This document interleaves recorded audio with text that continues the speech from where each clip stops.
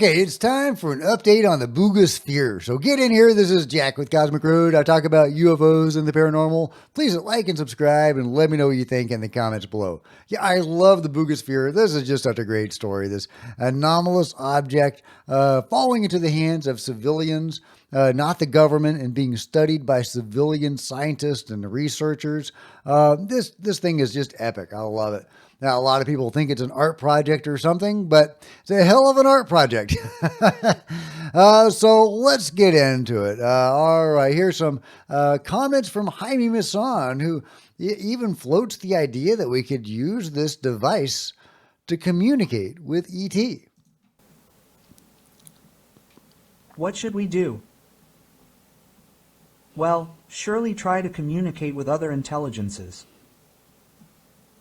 If this is true, then we must continue now. Could this sphere help us establish that communication?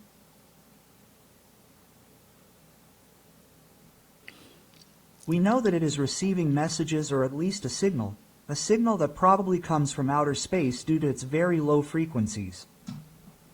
Okay, yeah, so I've gone over the whole radio signal thing before. So what do you think?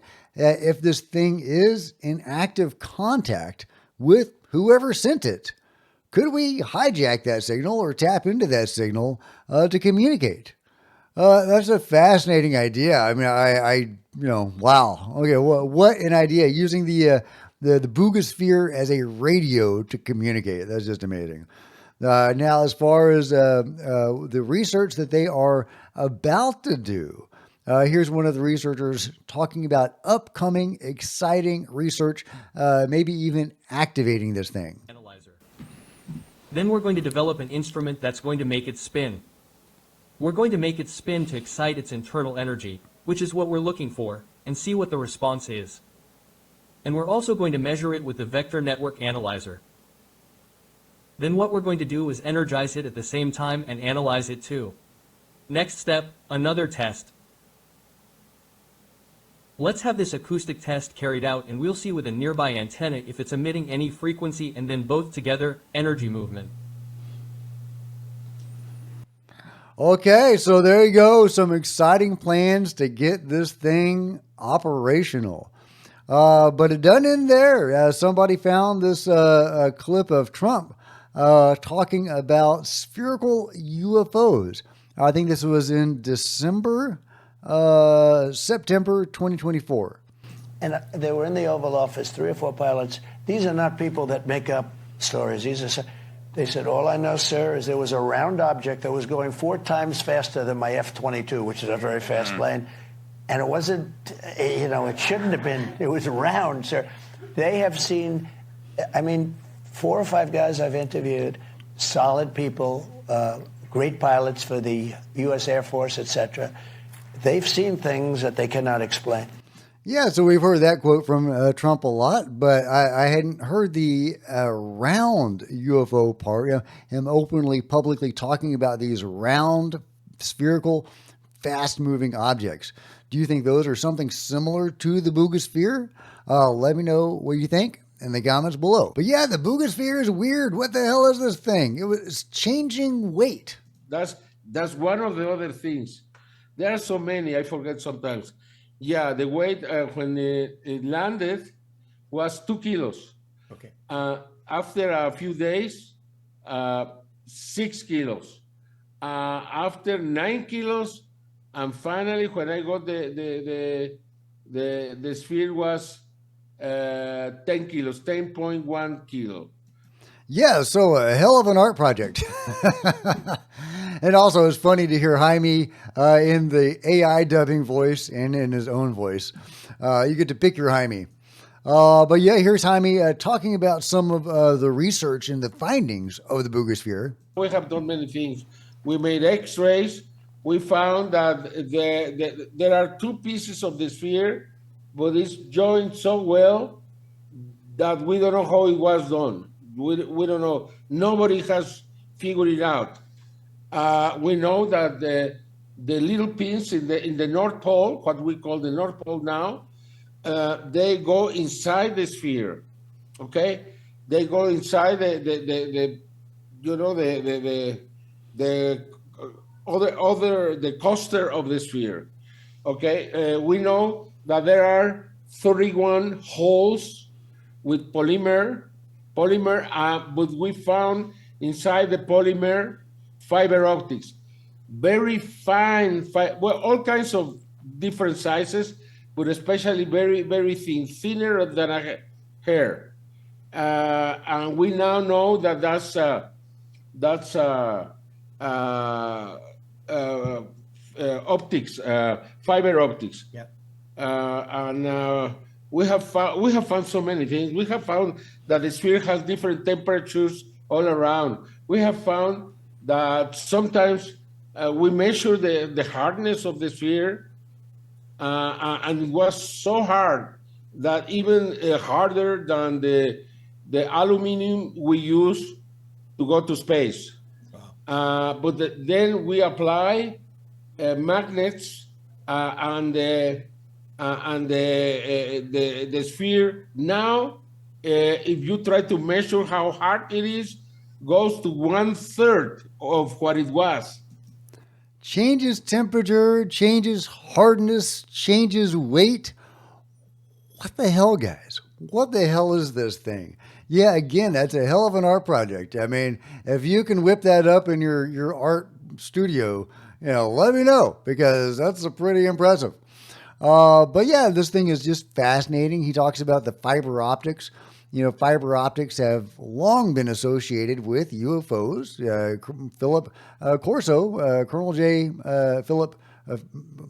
Philip J. Corso talked about that in his book, The Day After Roswell, one of the biggest UFO books of all time. The ghostwriter took some liberties, and in particular, possibly with the fiber optics. However, the fiber optic issue has been associated with UFOs. The craft or crafts that Corso is discussing, they do seem to have had fiber optics. That doesn't necessarily mean we acquired our own fiber optics from studying them. That is heavily disputed, and there's good reason for that. But maybe we independently discovered it, or maybe they were using their fiber optic cables, if we're going to call it that, for some completely different reason. Really interesting either way, and interesting that technology may also be in use with the BUGA sphere. Makes me think that, either that's very common technology among the ET races, or maybe this is the same race. Using the technology that they like to use, the microfibers, the same race as in the Roswell craft, and or any other craft that Corso and his people had access to. Corso, if you haven't read The Day After Roswell and don't know what I'm talking about, he was managing what they call the Roswell file, which is the pieces of material that the Army had from the Roswell crash and presumably other crashes. And most of that material seems to have gone to the Air Force when it split off into its own thing. But the Army had some of it, and they were farming this technology out to private companies to be reverse engineered and developed into, matriculate out into, the public use. And that may have had a huge impact on computers, Teflon, night vision, maybe even fiber optics. So, really interesting if the Roswell craft, if the beings behind the Roswell craft using the fiber optics are also behind the BUGA sphere. Again, that's speculative, and it could just be that all ET races use that. But I love finding commonalities like that and the links between things where we can try to make connections. Is that a good connection? I don't know. Let me know what you think. And here Jaime is talking about Oh, and by the way, this is from an interview with Grant Cameron. I'll link to it. I love Grant. He's awesome. And yeah, I've had him on the show before. You go check out that interview. And yeah, but by all means, please see the full interview here with Jaime Maussan on Grant's channel. But here he is, Jaime, talking about some of the stranger effects of the Bugosphere. Some people sometimes got headaches. Okay. Some people, one of my people couldn't get a sphere because his hands were trembling. And now it doesn't happen to him, but he gets bumps pop. How you say bumps up? Pop? Yeah. Yes, bumps. Yeah. Every time he gets close to the sphere, he's very sensitive. Wow. What have I done to the sphere? Well, we have done many things. We made X-rays. Okay, yeah, then he gets into the research on it. But yeah, goosebumps, headaches, trembling. Really interesting, the physical effects that this sphere seems to have had on people. So let me know what you think the sphere is. Now, one thing that I would love for them to do with the sphere, and maybe I shouldn't say this, maybe we should try to preserve the sphere intact. But if you could open it up, what if you could dust it for fingerprints? Right? Then we would know if it was human-made or NHI created. That would be interesting. That would be very interesting indeed. But let me know what you think should be done with the sphere and what the heck this thing is, and what it all means and how it's connected to everything else. Let me know what you think in the comments below. Like and subscribe. Hit the bell to be notified of future videos. You don't want to miss a thing. Join me on social media. There's Facebook and Twitter and Discord links below. Love to see you guys there. If you want to buy a t-shirt or a coffee mug, that would help support the channel, or you can become a channel member. Channel members are rock stars, and I really appreciate you guys' support. Thank you. Meanwhile, there's plenty of other videos on the channel, and I'll see you guys next time. This is Jack with Cosmic Road, signing out.